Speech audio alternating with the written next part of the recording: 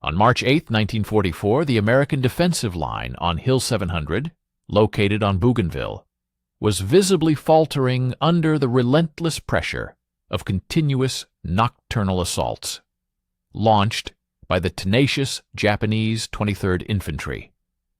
Major General John Hester observed with growing concern as his 37th Infantry Division progressively ceded ground, losing one fortified position after another. Standard military doctrine would unequivocally dictate a tactical withdrawal to pull back to more secure territory, consolidate the fractured front, and preserve the embattled forces.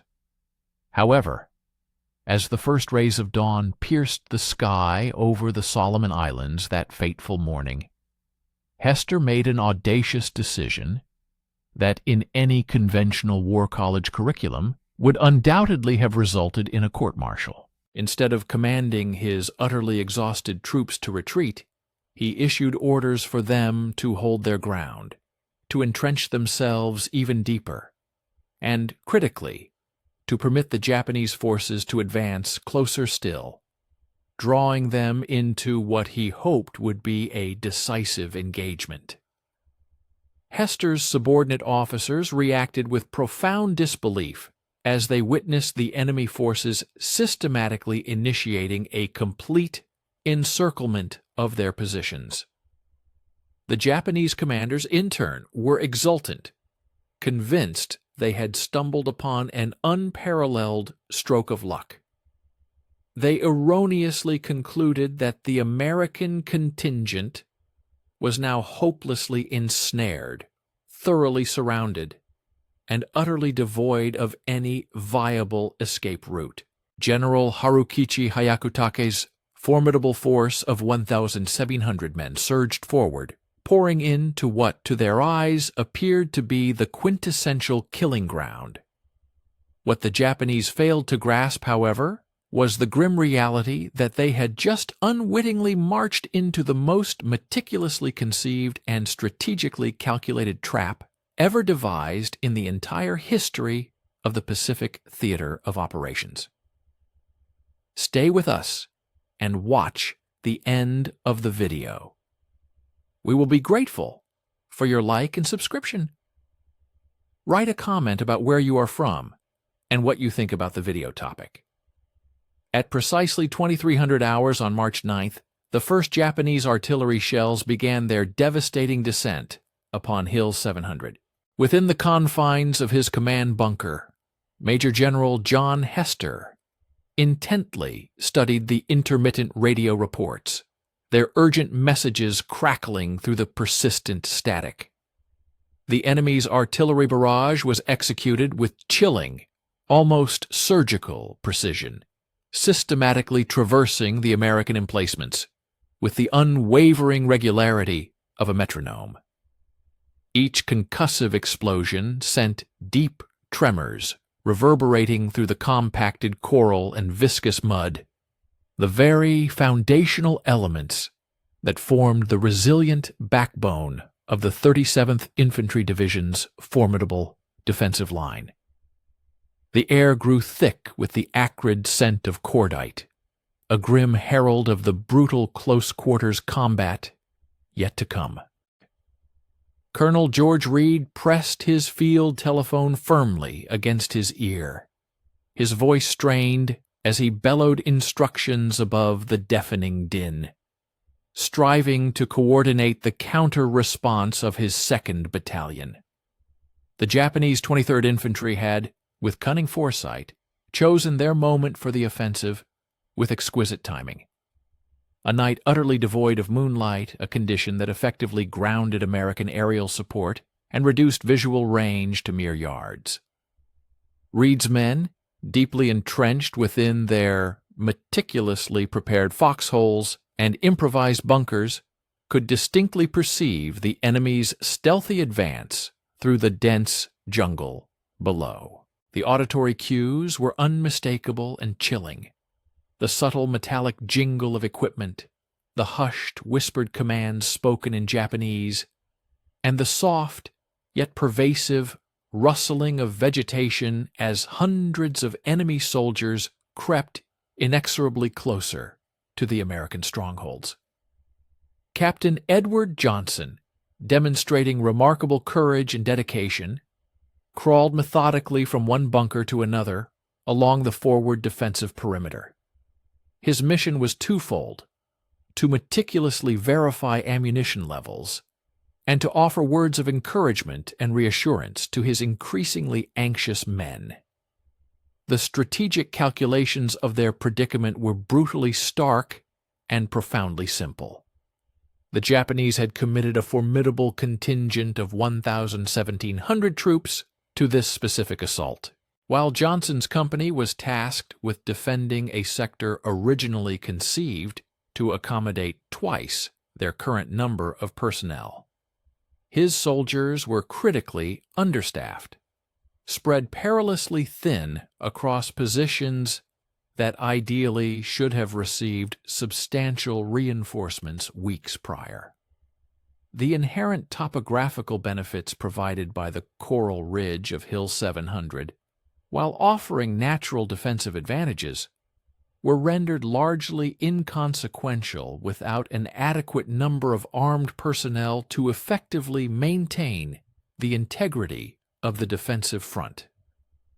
At precisely E-200 hours, the enemy's incessant artillery fire abruptly ceased. This sudden, profound silence proved even more unnerving and psychologically taxing than the preceding bombardment, creating a palpable void of suspense and anticipation. Sergeant William Harris, his Thompson submachine gun poised and aimed intently at the shadowy tree line beneath, strained his eyes through the profound darkness.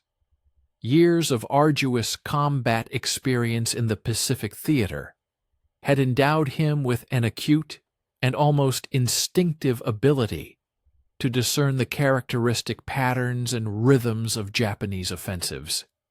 The prevailing quietude, he knew, was an unmistakable harbinger. The ground assault was imminent.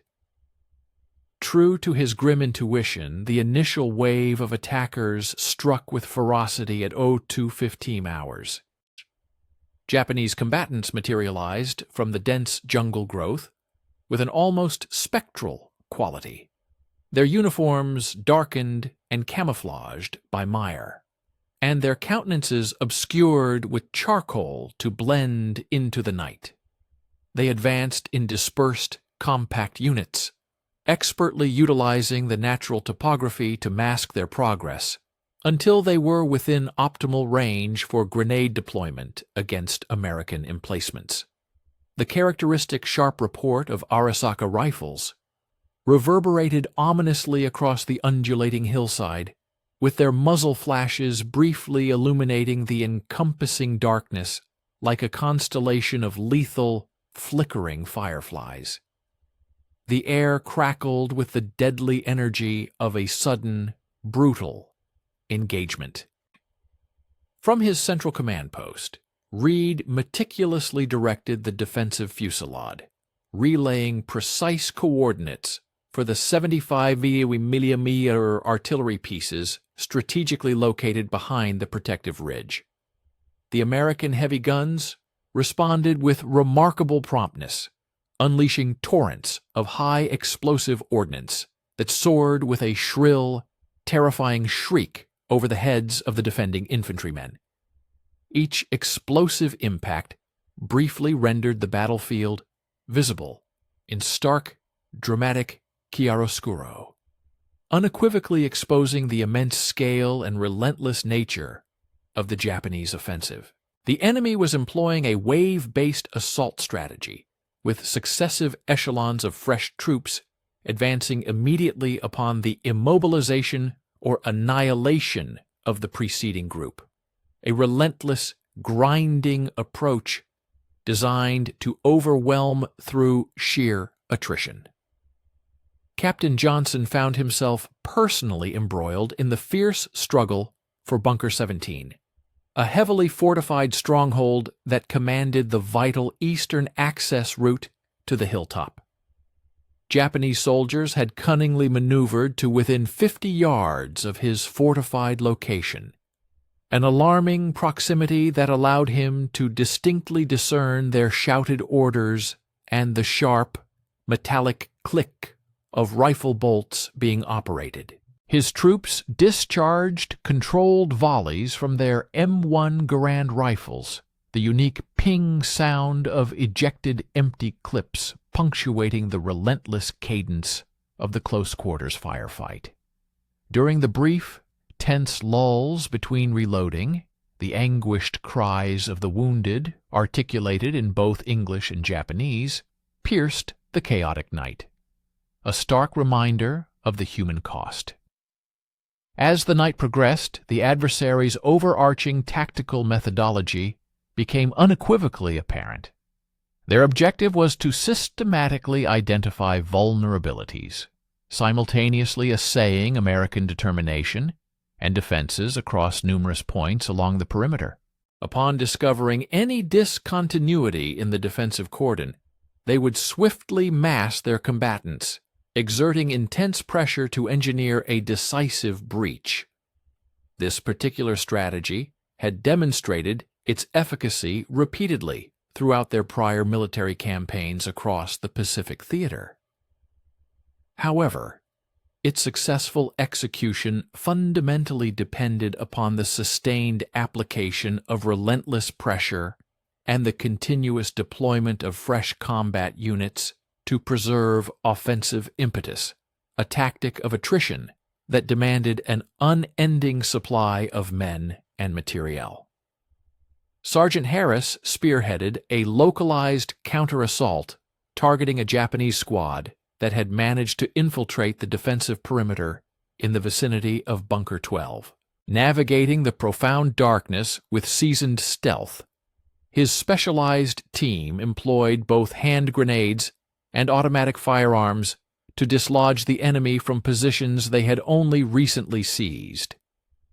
The engagement was intensely personal and exceedingly brutal, transpiring at such close quarters that combatants could discern one another's visages, illuminated by the transient glare of muzzle flashes.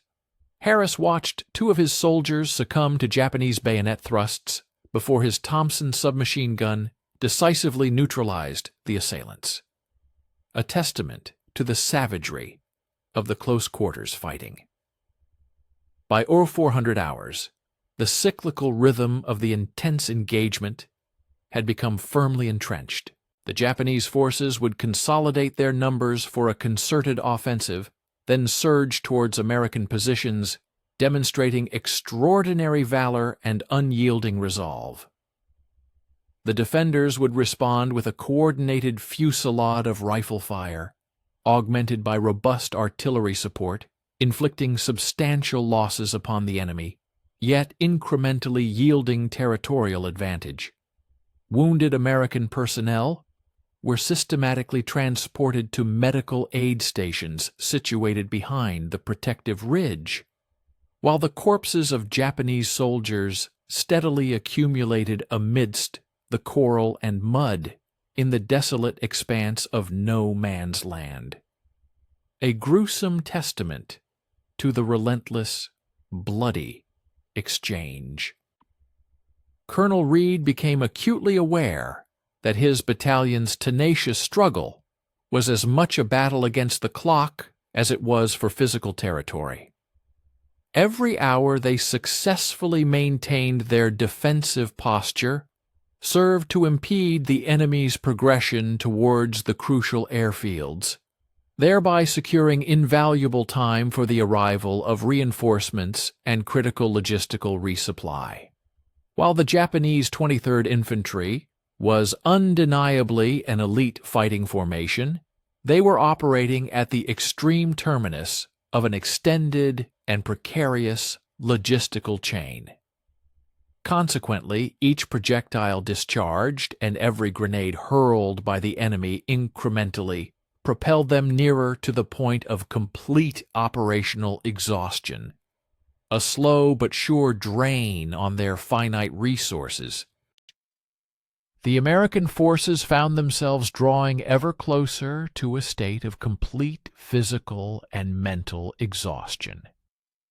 The precarious tactical situation escalated to a critical point at approximately 0500 hours when Japanese infiltrators successfully penetrated behind the American forward lines. These enemy combatants posed an immediate and dire threat to the vital command posts and the intricate network of supply routes, both indispensable for the sustained functioning of the defensive operations. Captain Johnson, in the thick of the desperate engagement, discovered his unit was compelled to fight in multiple directions simultaneously, as enemy soldiers materialized from unforeseen and bewildering angles. His company, which had commenced the grueling night's engagement with a complement of 137 men, had, by the first light of dawn, dwindled alarmingly, with fewer than 90 individuals still retaining the capacity to continue the arduous combat. As the sun ascended over the verdant landscape of Bougainville on the morning of March 10th, both opposing forces observed a temporary, unspoken cessation of hostilities, each taking a grim inventory of the preceding night's devastating toll. The Japanese had indeed managed to gain significant ground, successfully pushing the American defenders back from their initial forward positions. Yet this tactical advantage had been secured at an extraordinarily steep and terrible price. Conservative assessments placed the enemy's casualties at a staggering figure of over 300 killed and wounded during the intense nocturnal fighting. American losses, while comparatively lighter, were nonetheless substantial and deeply felt. 18 brave men lay dead, and 43 more sustained wounds, collectively representing a crippling nearly 15% of the entire defending force committed to the engagement. Major General Hester meticulously perused the morning reports with a deepening sense of profound apprehension. His division, though battered and stretched to its limits, had managed to hold its ground, but only by the narrowest of margins. The Japanese had unequivocally demonstrated both their inherent tactical skill and their unyielding determination to retake Hill 700, regardless of the human cost. Even more disquieting was the fresh intelligence indicating that the enemy's 23rd Infantry, which had spearheaded the recent assault, represented merely the initial wave of what promised to be a far larger and more comprehensive offensive. General Hyakutake, exhibiting an almost reckless commitment, was deploying his entire 17th Army into this pivotal battle, gambling everything on one decisive and overwhelming push designed to shatter American resistance completely and recapture the strategic airfields that had become the undeniable key to controlling the vital Solomon Islands. We invite you to stay with us and watch the end of the video. We will be grateful for your like and subscription. Please leave a comment about where you are from and what you think about the video topic. The morning of March 11th dawned, offering no respite from the relentless conflict. General Hyakutake, having committed his reserves during the preceding night, continued to feed fresh battalions into the unyielding assault on Hill 700. This methodical persistence underscored his profound understanding that this particular battle would definitively determine the ultimate fate of Japanese resistance throughout the Solomon Islands. His intelligence officers, unfortunately, had relayed an erroneous assessment, reporting that American morale was on the verge of cracking, and that one more coordinated push would utterly shatter their defensive line. What they critically failed to recognize was that Major General Hester had been deliberately allowing his defensive positions to contract a calculated maneuver designed to draw the Japanese deeper into a meticulously prepared killing field of his own strategic design. Colonel Reed intently watched through his field glasses as enemy troops began to mass in the dense jungle below. Their movements, despite their diligent attempts at camouflage, were now clearly discernible in the stark daylight. The Japanese commanders, having refined their tactics following the previous night's costly assault, were now concentrating their forces at specific, critical points rather than dispersing their attacks across the entirety of the extensive American perimeter.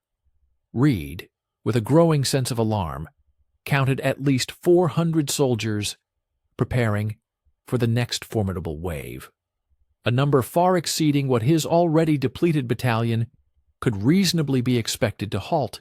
He swiftly reached for his radio handset and urgently began transmitting precise coordinates to the artillery batteries strategically positioned behind the protective ridge. The American 105mm howitzers unleashed their fury at precisely 1100 hours, their shells arcing gracefully over Hill 700 to crash with devastating impact into the Japanese staging areas. Each gun crew had been allocated a generous provision of 200 rounds for the day's intense fighting, an allowance that starkly reflected the desperate and critical nature of their situation. The ensuing artillery barrage was devastating in its unerring accuracy. Guided by forward observers who had spent the entire morning meticulously identifying enemy concentrations, plumes of thick black smoke rose ominously from the jungle as high explosive shells found their intended targets. Yet Reed, a seasoned veteran, knew with certainty that artillery alone, no matter how precise, would not be sufficient to halt a truly determined assault. Captain Johnson had skillfully realigned his remaining men during the brief, temporary cessation of hostilities, pulling them back from the exposed forward slope to more advantageous defensive positions that offered superior fields of fire. His company now occupied a series of interconnected bunkers and expertly dug fighting holes along the military crest of the hill, positions that had been presciently designed and prepared weeks earlier by engineers who fully grasped the tactical value of a reverse slope defense. Johnson's men could remain concealed from enemy observation until the attacking force was fully committed to their assault, at which point they could emerge to deliver a devastating torrent of enfilade fire against the exposed Japanese formations. Sergeant Harris had been entrusted with a pivotal responsibility within Captain Johnson's elaborate defensive scheme. His squad occupied Bunker 19, a heavily reinforced position that commanded the most likely avenue of approach for any Japanese attackers. Harris had spent the morning meticulously verifying ammunition supplies and ensuring that each of his men thoroughly understood their assigned fire lanes.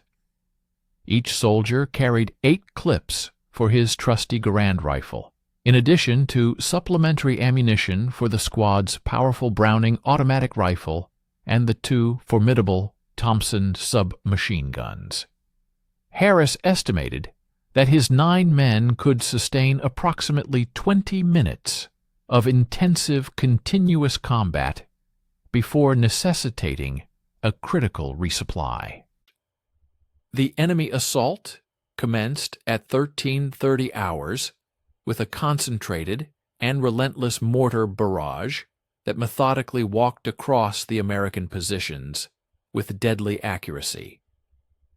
Japanese observers, having identified key defensive points during the previous night's fighting, now directed their 81mm mortars to target these positions with systematic precision. The bombardment lasted for a grueling 15 minutes, filling the air with a deadly hail of flying coral fragments and concussive blasts that left many American soldiers momentarily deaf and disoriented. Japanese infantry attacked immediately behind their supporting fires, emerging from the dense jungle in company strength while their mortars simultaneously shifted to target objectives deeper within the American perimeter. This assault was noticeably better coordinated than anything Colonel Reed's battalion had faced during the previous night, with expertly delivered covering fire and sophisticated tactical movements that unequivocally demonstrated the enemy's professional competence. Reed observed intently as enemy soldiers advanced by bounds, skillfully utilizing natural cover and smoke grenades to obscure their approach until they were within assault range of the American positions. Captain Johnson's company bore the primary force of the attack as Japanese soldiers stormed with fierce determination up the eastern slope of Hill 700. The enemy had concentrated nearly 300 men against his sector, a formidable numerical advantage that would undoubtedly have broken a less seasoned or less disciplined unit. Johnson, exhibiting remarkable composure, strategically withheld his men's fire until the attacking formation was fully committed to their charge. The resulting volley was annihilating. Concentrated rifle fire from the concealed American positions decimated the leading Japanese squads, carving gaping holes in their formation that subsequent echelons struggled desperately to fill. Harris found himself engaged in close-quarters combat as hostile forces successfully breached his fortified position. The overall combat scenario had swiftly worsened, with Imperial Japanese soldiers successfully penetrating the protective perimeter in several locations simultaneously. Employing his Thompson submachine gun, Harris methodically eliminated enemy combatants from the entrenched positions directly beside his, traversing the intricate network of communication trenches that linked the various subterranean shelters. His profound familiarity with the intricate design of the defensive fortifications enabled him to effectively synchronize efforts with adjacent squads, thereby focusing a concentrated barrage of firepower against the most critical breaches in their lines. The intense confrontation escalated to a critical juncture near 1500 hours, precisely when Japanese military units successfully captured Bunker 17, the identical stronghold that Captain Johnson had valiantly protected just 2 evenings prior. Hostile combatants proudly unfurled their distinctive battle standard above the newly acquired emplacement, a powerful symbolic triumph that appeared to foretell the imminent disintegration of American resolve and opposition.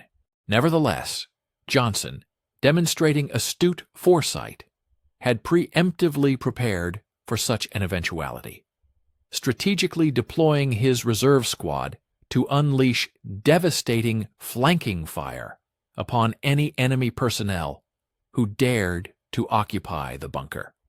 The subsequent counter-assault unfolded with remarkable speed and ferocity, as American servicemen utilized a combination of hand grenades and potent automatic weapons to decisively dislodge the Japanese forces from the positions they had managed to secure for a fleeting period of under 10 minutes.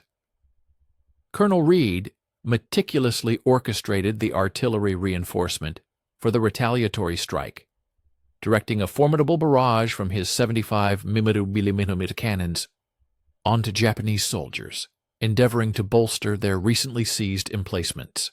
The heavy ordnance was being discharged at its absolute closest range, with projectiles soaring a mere 50 yards above the heads of the American ground troops, a perilous proximity. This level of operational accuracy was nothing short of exceptional.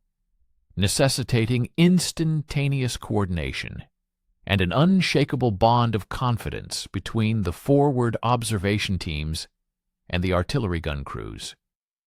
Reed observed with keen attention as successive explosions traversed the undulating terrain of the hillside, every detonation precisely calibrated to disorganize enemy troop arrangements without posing any peril to his own personnel. Stay with us and watch the end of the video. We will be grateful for your like and subscription.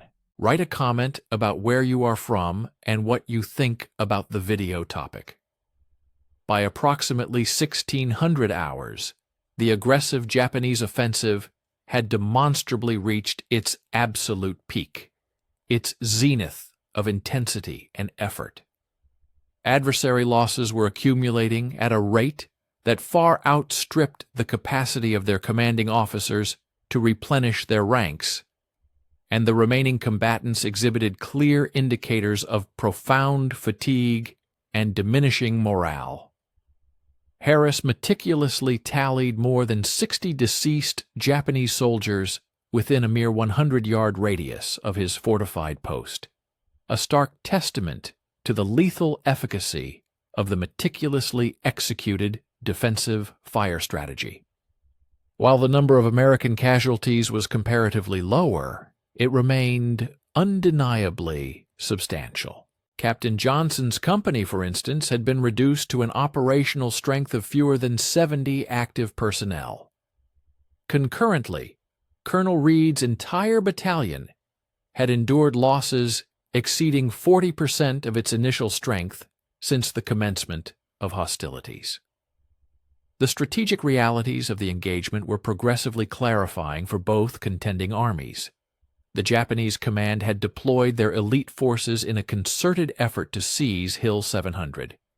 Yet, these units were being methodically annihilated by the overwhelming American firepower and sophisticated defensive maneuvers.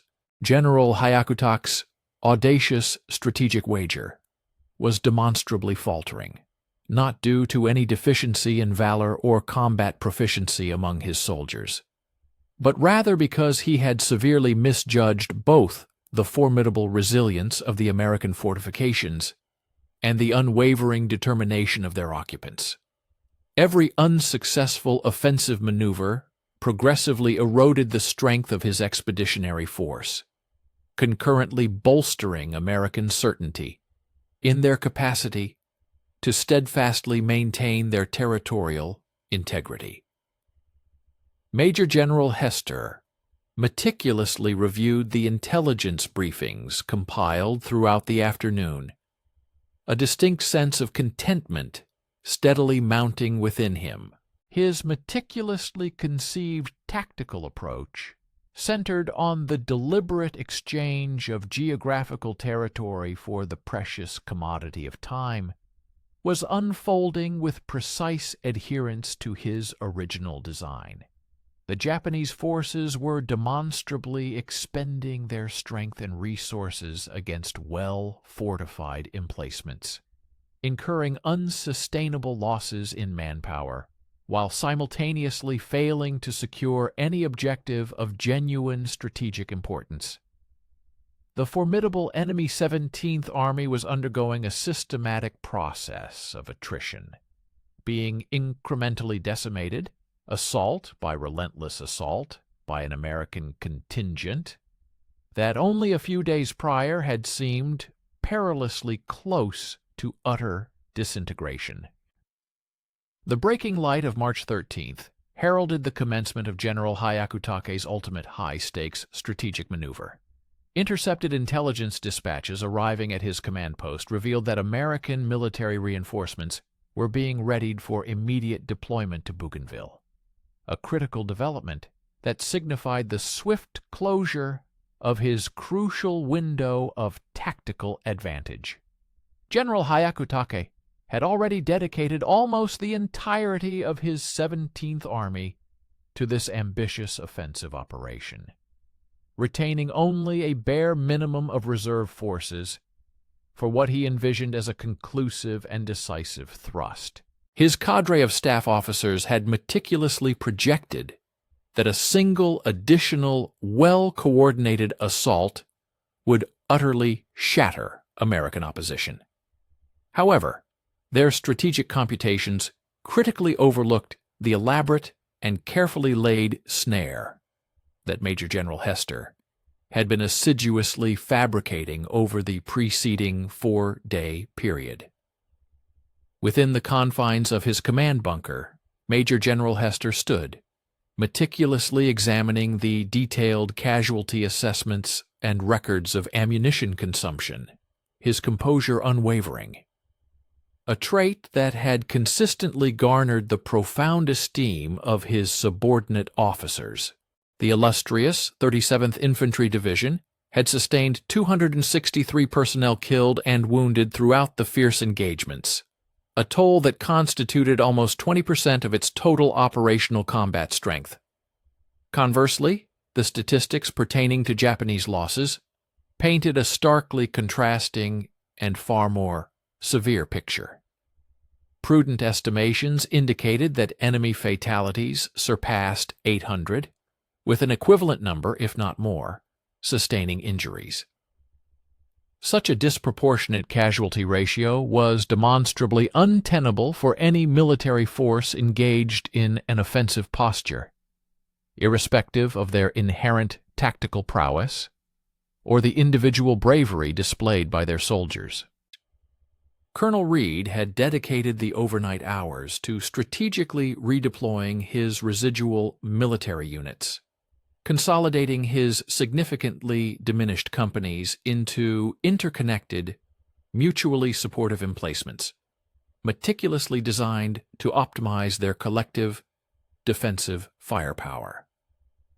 His 2nd Battalion now firmly held a distinctive horseshoe-shaped defensive perimeter, a configuration expertly crafted to funnel any advancing hostile forces directly into a meticulously arranged network of interlocking fields of fire. Reed possessed an acute awareness that the impending confrontation would represent the ultimate, decisive engagement, the precise instant where the unbridled desperation of the Japanese military would inevitably clash head-on with the meticulous and formidable preparedness of the American defenders. His highly trained artillery forward observers had diligently pre-registered numerous target coordinates across all potential enemy approach routes, thereby establishing an intricate network of devastating killing zones capable of being unleashed within mere minutes of any hostile advance. Captain Johnson, following the relentless attrition of the preceding days, no longer exercised command over a complete company-sized unit. The casualties sustained under his command had been so profound that he now presided over a reinforced platoon, its ranks bolstered by resilient survivors drawn from other shattered units and a small contingent of newly arrived replacements who had joined during the preceding darkness. Johnson had strategically arrayed his diminished force within Bunker Complex Alpha, an elaborate system comprising interconnected fighting positions that exerted dominant control over the vital eastern access routes leading to Hill 700. Every single one of these fortified emplacements had been meticulously provisioned with an abundance of supplementary ammunition and essential medical provisions, a grim but necessary preparation for what all participants tacitly understood would inevitably devolve into a struggle fought to the bitter end. The renewed Japanese offensive commenced precisely at 600 hours, heralded by the most ferocious artillery bombardment that American forces had endured since the very inception of the entire military campaign.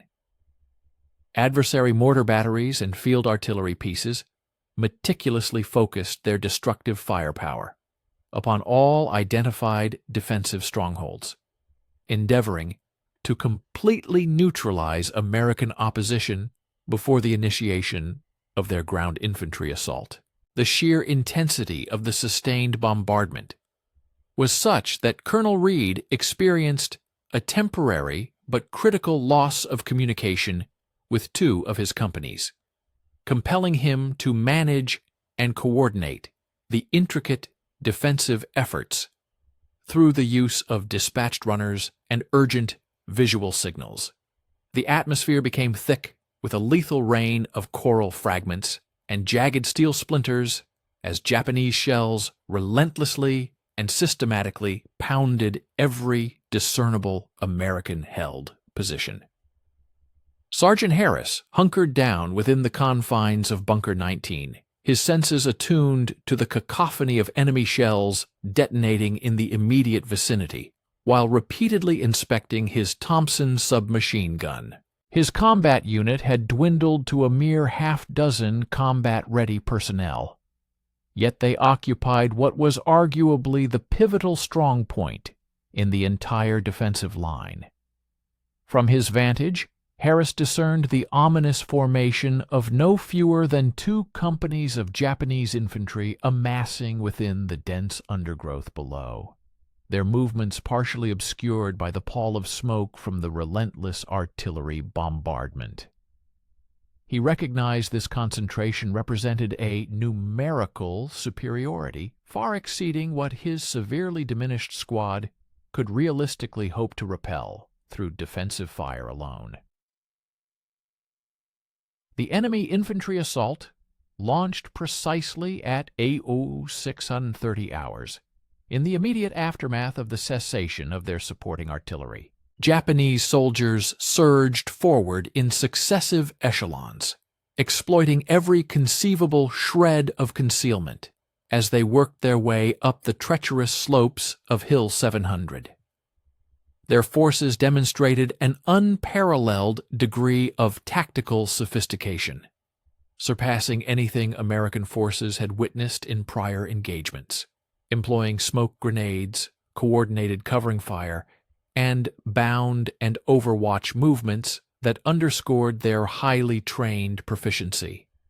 Through his field glasses, Reed observed enemy formations, executing maneuvers with exemplary, almost manual-like exactitude, their officers exerting steadfast command even amidst the fierce American counterfire. Johnson's position bore the brunt of the primary thrust of the Japanese attack, with over 200 enemy soldiers converging with overwhelming force upon his augmented platoon. The numerical and positional imbalance was stark, yet Johnson possessed inherent benefits that even a numerical superiority could not readily surmount.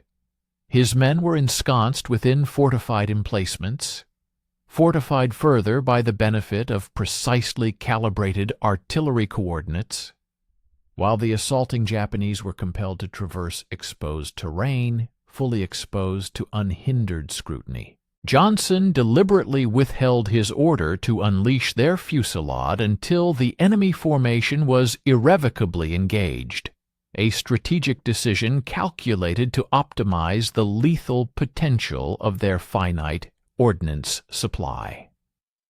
The American defensive fire proved lethal in its accuracy and sheer intensity. Each position had been allocated distinct areas of engagement, forging interlocking arcs of suppressive power that ensnared the assaulting Japanese forces in lethal enfilading fire. Harris watched enemy soldiers perish in significant numbers as concentrated rifle fire from multiple positions raked their advancing ranks. The Browning automatic rifles proved singularly potent, their capacity for continuous suppressive fire allowing American gunners to address numerous adversaries in swift sequence. Reed orchestrated the supporting artillery with seasoned expertise, unleashing a torrent of focused ordnance from his 105 mm howitzers upon Japanese troops endeavoring to consolidate their forces for subsequent thrusts. The artillery was discharging at its utmost velocity, with each gun crew depleting their allotted ordnance with the swiftest possible tempo, consistent with operational safety protocols. Reed had reckoned that his artillery units could maintain such a furious tempo for precisely 27 minutes before depleting their foundational ammunition supply. But he was wagering that this limited window would prove ample to break the enemy attack completely. The critical juncture materialized at 07:15 hours when Japanese soldiers successfully breached the American defensive cordon, gaining control of the crucial Beta bunker complex and imperiling the integrity of the entire defensive front. Enemy troops hoisted their ensign of war over the captured position, a potent, symbolic triumph that appeared to presage the culmination of their offensive. Yet, this penetration had been foreseen within the American strategic framework, with pre-established avenues for counter-assaults and pre-arranged artillery and suppressive fire patterns already coordinated. Johnson spearheaded the swift retaliation, advancing his reserve unit via concealed pathways to unleash enfilading volleys against the enemy-held positions. Harris discovered himself engaged in combat within the confines of the American defenses as Japanese soldiers sought to capitalize on their breach. The operational landscape had devolved into a state of flux, with small groups of soldiers from both sides navigating the intricate defensive network in a lethal cat-and-mouse struggle.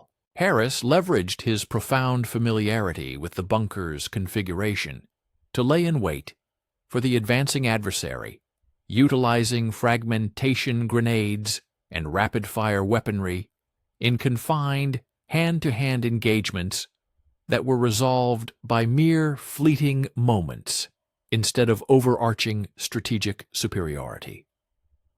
The Japanese offensive reached its apogee near 800 hours, when enemy casualties surpassed their capacity to sustain their aggressive impetus. Harris counted over 120 Japanese bodies within sight of his position, a stark testament to the devastating efficacy of the focused defensive barrage. American casualties, while less severe, were nonetheless substantial. Johnson's platoon had dwindled to a contingent of under 30 personnel, while Reed's entire battalion had incurred further attrition, elevating their aggregate losses to more than 400 since the commencement of hostilities. By 0900 hours, Japanese resistance had fundamentally disintegrated. Surviving enemy soldiers were retreating through the dense foliage, abandoning material and injured compatriots in their desperate flight to escape American artillery fire. Reed mobilized pursuit elements to preserve engagement with the retreating enemy, but the operational advantage had unequivocally swung towards the American contingent. General Hyakutake's audacious maneuver had utterly backfired, inflicting a devastating toll of more than 2,200 casualties upon his forces while yielding no discernible strategic advantage. Hester assessed the ravaged terrain as the dawn light illuminated the comprehensive scope of the Japanese devastation. The enemy 17th Army had been methodically dismantled, not by aggressive American thrusts, but rather by an astute defensive posture that had repurposed the very impetus of Japanese aggression to their own detriment. The resilience and strategic rigor of his 37th Infantry Division had accomplished a feat deemed unattainable merely days prior: the absolute vanquishing of a numerically preponderant adversary solely through the execution of defensive maneuvers. The quietude that descended over Hill 700 on the afternoon of March 13th held a deeper resonance than any clamor generated by the recent conflict. Major General Hester traversed the fortified emplacements, witnessing the systematic endeavors of his troops as they gathered material and ministered to their injured brethren. The coral and mud that had constituted the foundational strength of their defensive rampart was now pockmarked with explosive impacts and strewn with the remnants of contemporary combat. Expended ordnance cartridges, discarded armaments, and shattered pieces of gear that narrated the saga of fierce engagement. Yet most evocative were the fallen forms strewn across the ingress paths to American positions, palpable proof of the heavy toll General Hyakutake's strategic error had exacted. A grave miscalculation. Colonel Reed meticulously oversaw the comprehensive collection of casualties, a somber and precise accounting that would ultimately underscore the profound tactical significance of their hard-won victory. His 2nd Battalion, a formidable fighting force, had tragically sustained 147 killed and wounded over the intense 4-day engagement, a staggering figure representing nearly 40% of their initial complement. However, the grim statistics concerning Japanese casualties painted a starkly contrasting and dramatically different picture. Conservative estimates placed the enemy's losses at a staggering figure exceeding 2,200 killed, with an additional minimum of 800 wounded combatants who had, with great difficulty, been evacuated during the fierce fighting. The sheer disparity in these numbers was so extreme and shocking that Colonel Reed initially harbored doubts, questioning the veracity and accuracy of the reports submitted to him. Yet the overwhelming physical evidence was irrefutable and undeniable. Japanese bodies lay in gruesome windrows, spread across every conceivable approach route leading to the strategic objective of Hill 700, a chilling testament to the scale of their defeat. Captain Johnson, a figure of quiet resolve, moved deliberately through the labyrinthine passages of Bunker Complex Alpha, his primary focus on checking the morale and physical condition of his surviving men. He diligently ensured that all critical defensive positions remained adequately manned, even in the face of their severely depleted strength. His once reinforced platoon had been brutally reduced to a mere 18 effectives, a handful of young soldiers whose weary faces vividly reflected the profound psychological toll exacted by prolonged and relentless combat. Johnson, with a deep understanding of the human cost of war, recognized that their tactical success had been achieved at a price that extended far beyond simple numerical casualty statistics. These young men had been unwilling witnesses to the systematic and devastating destruction of a highly professional enemy force, an indelible and harrowing experience that would undoubtedly shape their understanding of warfare for the remainder of their military service and indeed their lives. Sergeant Harris, with a keen eye for detail and military intelligence, efficiently organized the systematic collection of abandoned Japanese equipment and materiel. This salvaged material was not merely debris. It promised to yield invaluable intelligence regarding enemy capabilities, logistical support, and, crucially, their tactical doctrine. The diverse array of weapons and equipment scattered haphazardly across the battlefield told a compelling story of professional competence, undeniably undermined by a fundamental strategic miscalculation. Harris meticulously examined abandoned Arisaka rifles, the distinctive Type 96 light machine guns, and various mortars, all of which unequivocally demonstrated the impressive technical quality and manufacturing prowess of Japanese military equipment. However, the sheer, overwhelming quantity of this abandoned material served as a stark and undeniable revelation of the true scope and magnitude of their comprehensive defeat. Entire squads and even platoons had been eliminated with such devastating rapidity that the few fortunate survivors had been compelled to abandon their vital equipment in their desperate and hasty retreat. Stay with us and watch the end of the video. We will be grateful for your like and subscription. Write a comment about where you are from and what you think about the video topic.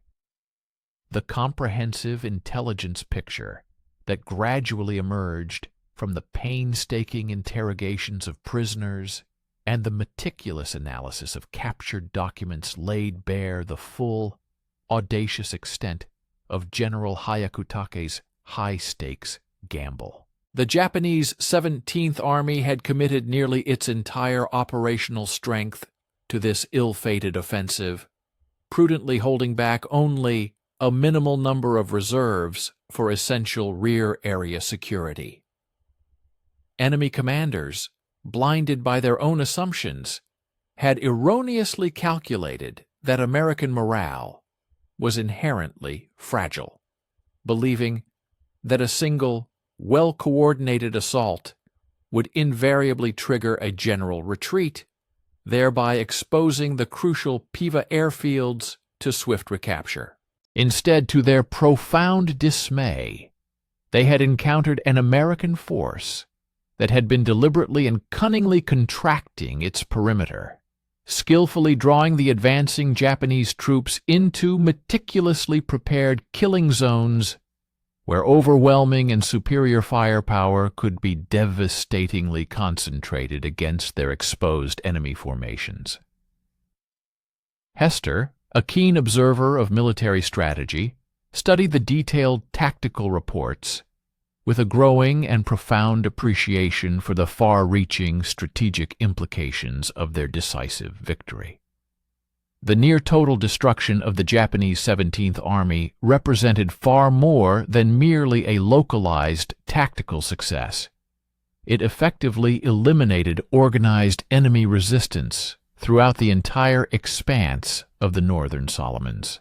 General Hyakutake's forces had represented the last significant Japanese formation capable of posing a credible threat to American control of Bougainville, and their complete elimination now effectively opened the entire region to further expanded Allied operations.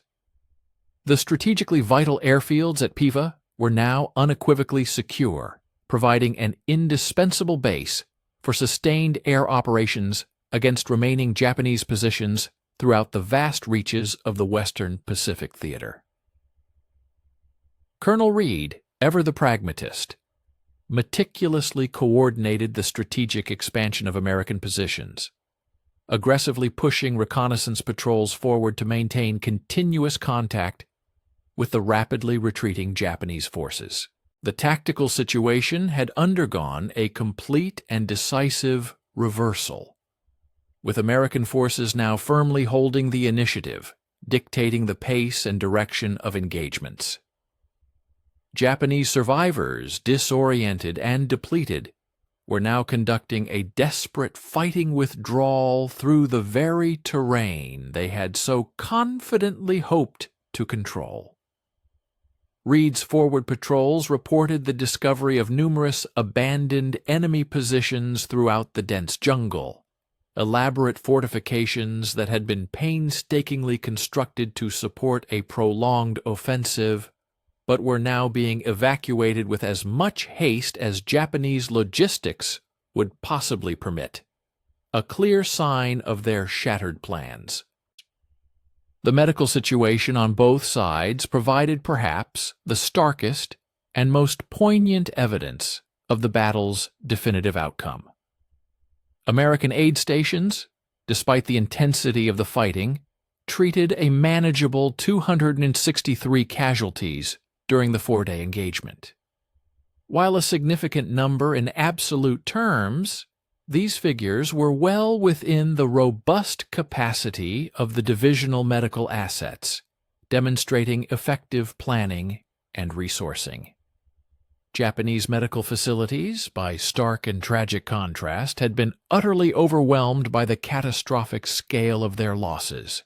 American patrols frequently discovered abandoned enemy aid stations, grim sights where grievously wounded soldiers had been cruelly left behind during the chaotic retreat, a heartbreaking and tragic testimony to the complete collapse of Japanese military organization and humanitarian care in the face of truly unsustainable casualties.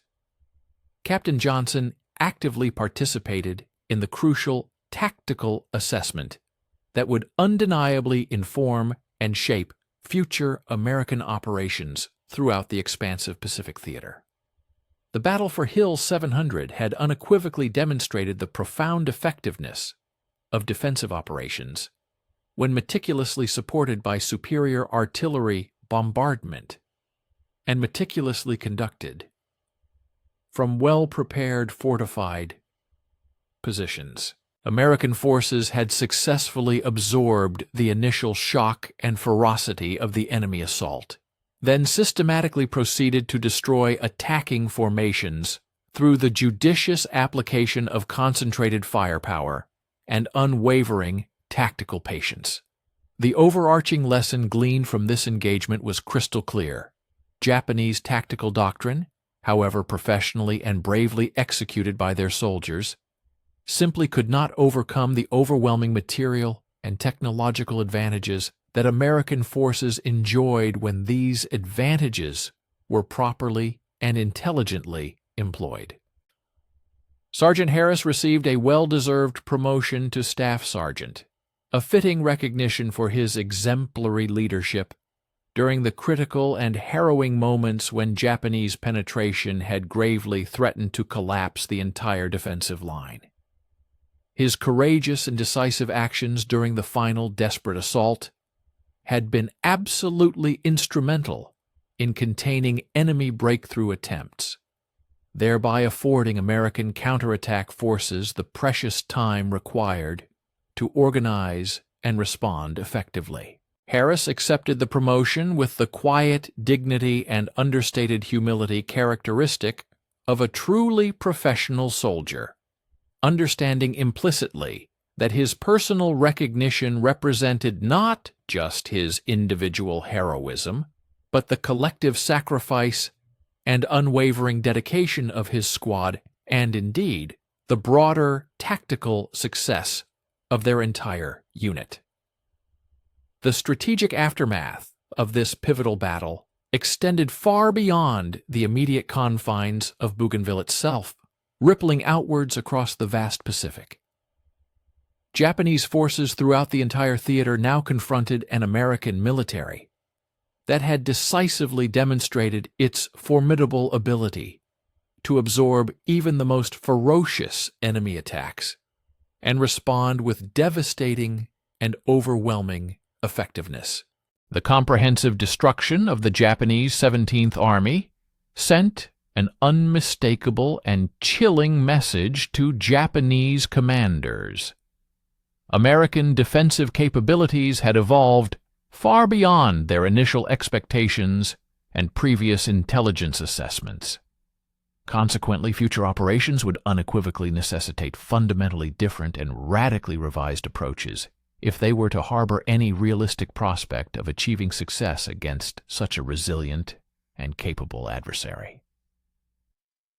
Major General Hester meticulously crafted his after-action report, keenly aware that this engagement would serve as an enduring subject of study for military professionals for generations to come. The fierce confrontation stood as an archetypal illustration of defensive operations, executed with unwavering adherence to proven tactical principles. The judicious economy of force, the strategic implementation of mutual support between units, and the devastating concentration of firepower at the decisive point of engagement. His esteemed 37th Infantry Division had unequivocally demonstrated that American forces possessed not only the resilience to absorb relentless enemy attacks, but also the capacity to systematically dismantle attacking formations through superior preparatory measures and rigorous tactical discipline. The final tally of casualties starkly confirmed the profound tactical significance of their hard-won victory. American forces had sustained 263 killed and wounded during the intense four-day battle, losses that, while undeniably painful, were deemed acceptable given the crucial strategic objectives that had been achieved. In stark contrast, Japanese casualties astronomically exceeded 1,900 killed and wounded, representing the virtual annihilation of an entire army-level formation.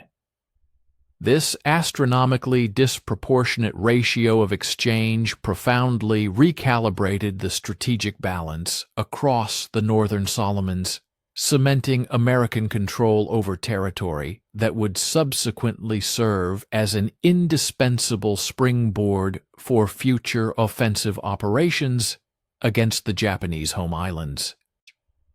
Colonel Reed perambulated among the consolidated defensive positions one final time, observing the somber yet resolute professionalism of soldiers who had proven their mettle in the intense heat of modern combat. These courageous men had confronted staggering numerical disadvantages and emerged triumphant, a testament to their exceptional tactical skill, individual unflinching valor, and unwavering collective determination. Their resounding success at Hill 700 had unequivocally underscored that American forces possessed both the formidable material prowess and the unassailable professional acumen necessary to defeat any adversary, regardless of their established reputation or their ingrained tactical doctrine. Stay with us and watch the end of the video. We will be grateful for your like and subscription. Write a comment about where you are from and what you think about the video topic. The weeks subsequent to the cessation of Japanese resistance on Hill 700 unveiled the profound strategic ramifications of what Major General Hester's 37th Infantry Division had accomplished. American intelligence officers painstakingly reconstructed the full scope of General Hyakutake's audacious wager through the meticulous analysis of captured documents and extensive prisoner interrogations. They discovered that the Japanese 17th Army had committed virtually its entire operational reserve to what its high command was convinced would be an imminent game-changing success. However, instead of shattering American morale and recapturing the vital Piva airfields, Hyakutake's ill-fated offensive had merely precipitated the irreversible demise of the last significant Japanese force capable of aggressive operations in the Northern Solomons, effectively nullifying any further capacity for offensive action. Colonel Reed presided over the methodical extension of American positions throughout the erstwhile Japanese redoubt, encountering abandoned fortifications that eloquently narrated the abrupt dissolution of a professional military force that had simply ceased to exist as an effective fighting unit. Japanese engineers had meticulously engineered an intricate network of defensive emplacements throughout the dense jungle, positions clearly envisioned to support a protracted struggle, yet now standing eerily empty save for scattered equipment and personal effects left behind during the chaotic and desperate retreat. Reed's reconnaissance patrols reported encountering desultory groups of Japanese soldiers, stragglers who had become separated from their parent units during the precipitous withdrawal, and now wandered aimlessly through the jungle, disoriented and bereft of any discernible military objective. The tangible logistical footprint of Japanese defeat was perhaps even more profoundly indicative of their collapse than the raw casualty statistics. American supply officers meticulously inventoried vast caches of forsaken enemy materiel discovered throughout the expansive battlefield. Formidable artillery pieces that had been spiked and rendered inoperable when their operating personnel were neutralized. Mortars left behind when essential ammunition carriers became casualties, and machine guns discarded by soldiers who lacked the physical strength to carry them during the arduous retreat. This abandoned material represented an immense investment of months of careful preparation and painstaking transportation across thousands of miles of the vast Pacific Ocean, now rendered utterly useless by the systematic decimation of the very personnel trained to employ it. Captain Johnson spearheaded reconnaissance forays into areas that had been formidable Japanese strongholds just days earlier. Observing the palpable illustration of the precipitous reversals military situations could undergo when strategic misjudgment encountered overwhelming destructive capability. Japanese command posts had been abandoned with such precipitate haste that documents and maps remained spread across planning tables, indelible snapshots that captured the abrupt transition from overconfident planning to unmitigated catastrophe. Johnson's men discovered poignant personal missives written by Japanese officers to their families, correspondence that revealed their unwavering conviction that this offensive would achieve decisive results and allow them to return home victorious. The profound human toll of Japanese strategic failure became starkly apparent as American medical personnel commenced setting up humanitarian facilities in former enemy territory. Sergeant Harris undertook the solemn and arduous duty of burying Japanese soldiers who had perished during the retreat. Young men whose bodies bore the unmistakable scars of the pulverizing efficacy of American defensive fires. Many had been killed by shrapnel from the relentless barrages of artillery, victims of the concentrated firepower that Reed had coordinated with such lethal precision. Others showed wounds from small arms fire, testimony to the harrowing close-range engagements that had characterized the culminating Japanese thrusts. Major General Hester was apprised of vital strategic intelligence that situated the profound significance of the battle for Hill 700 within a broader Pacific context. The complete destruction of the Japanese 17th Army had eradicated the ultimate substantial impediment to American control of the Northern Solomons, effectively fortifying the operational periphery for forthcoming offensives against more heavily defended Japanese positions. Allied planners were already diligently assimilating the hard-won tactical insights gained from Bougainville into their nascent operational blueprints for assaults against the Marshall Islands and other formidable Japanese strongholds, understanding implicitly that superior defensive preparation could render impervious to even the most fanatical enemy assaults. The groundbreaking tactical advancements developed during the battle were rapidly codified into the prevailing doctrine for American forces throughout the Pacific theater. The innovative defensive techniques employed by the 37th Infantry Division exemplified that meticulously fortified emplacements sustained by devastatingly precise artillery barrages and manned by troops of unwavering resolve, could effectively nullify and decimate attacking formations irrespective of their quantitative advantage.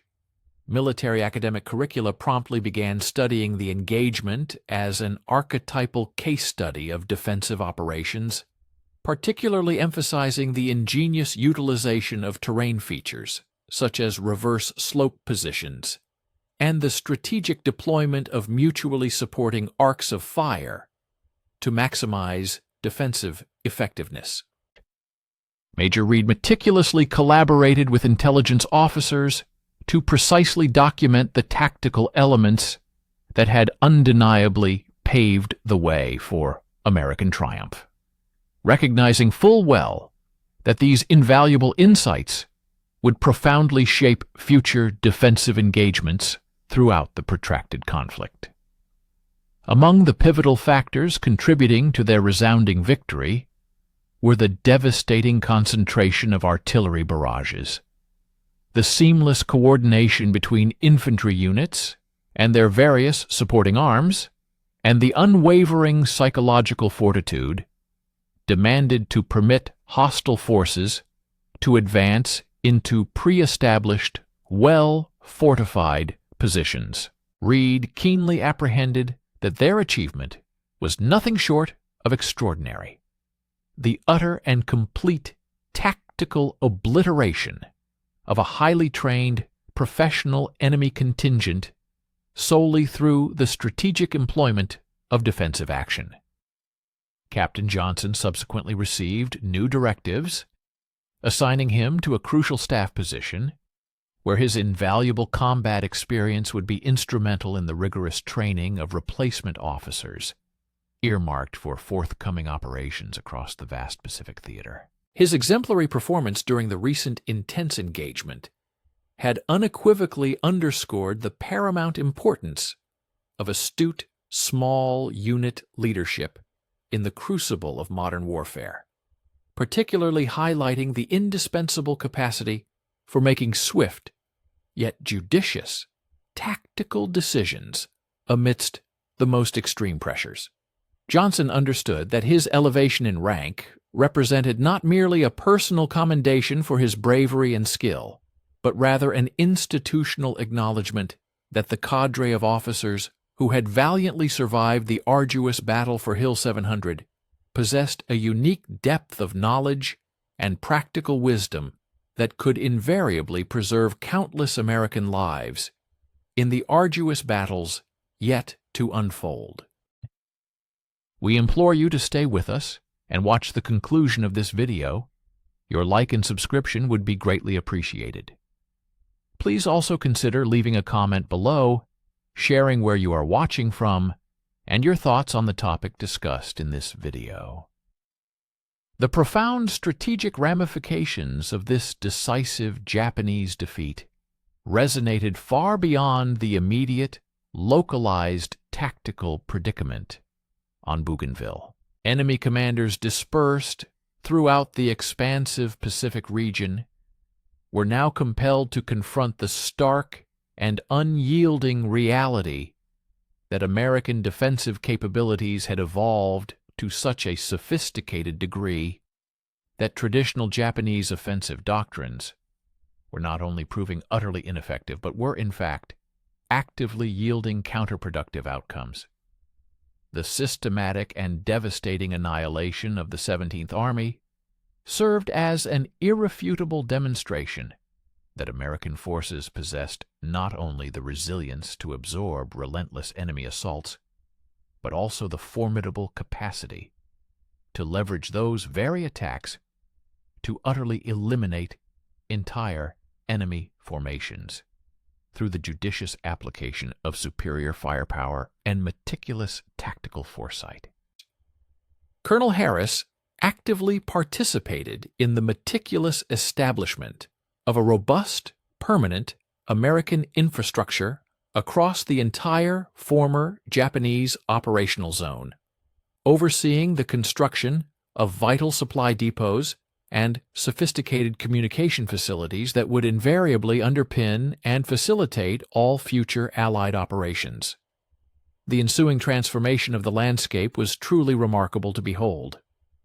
Areas that had, only weeks prior, functioned as impregnable Japanese strongholds now served as burgeoning bases for American forces launching offensive actions against the remaining enemy positions scattered throughout the wider region.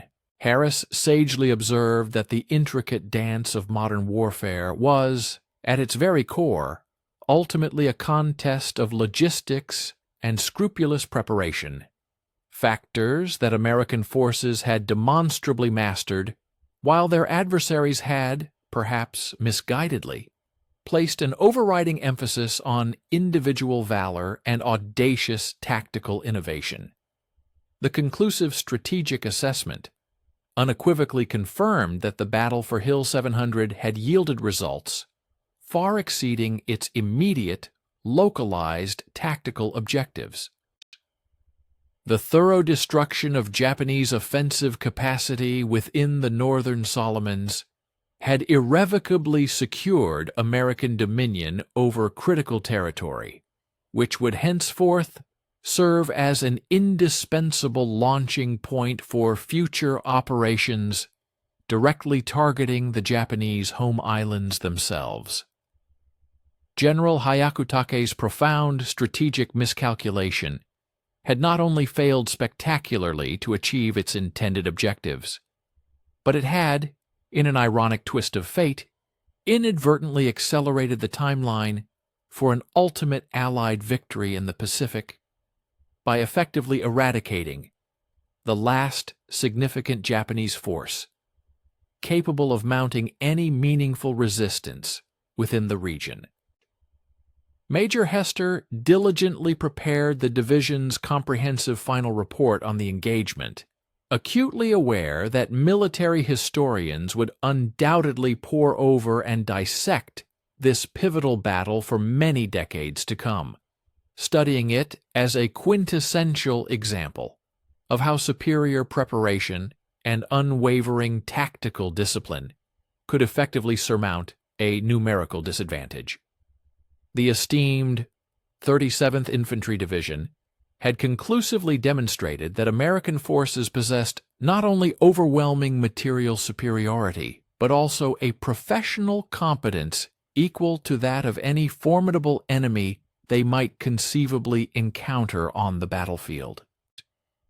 Their decisive success at Hill 700 had unequivocally proven that the shifting tide of war in the Pacific had turned irrevocably and decisively in favor of the Allied forces. This monumental shift was achieved not through dramatic, sweeping offensive operations, but rather through the methodical, systematic destruction of enemy capability, accomplished with unparalleled effectiveness through superior defensive warfare. The overriding lesson gleaned from this engagement was crystal clear and unambiguous. Professional military forces, when meticulously prepared and robustly supported, possessed the inherent capability to achieve truly decisive results through the strategic virtues of patience, unwavering discipline, and the intelligent, precise application of overwhelming firepower at the critical, opportune moment.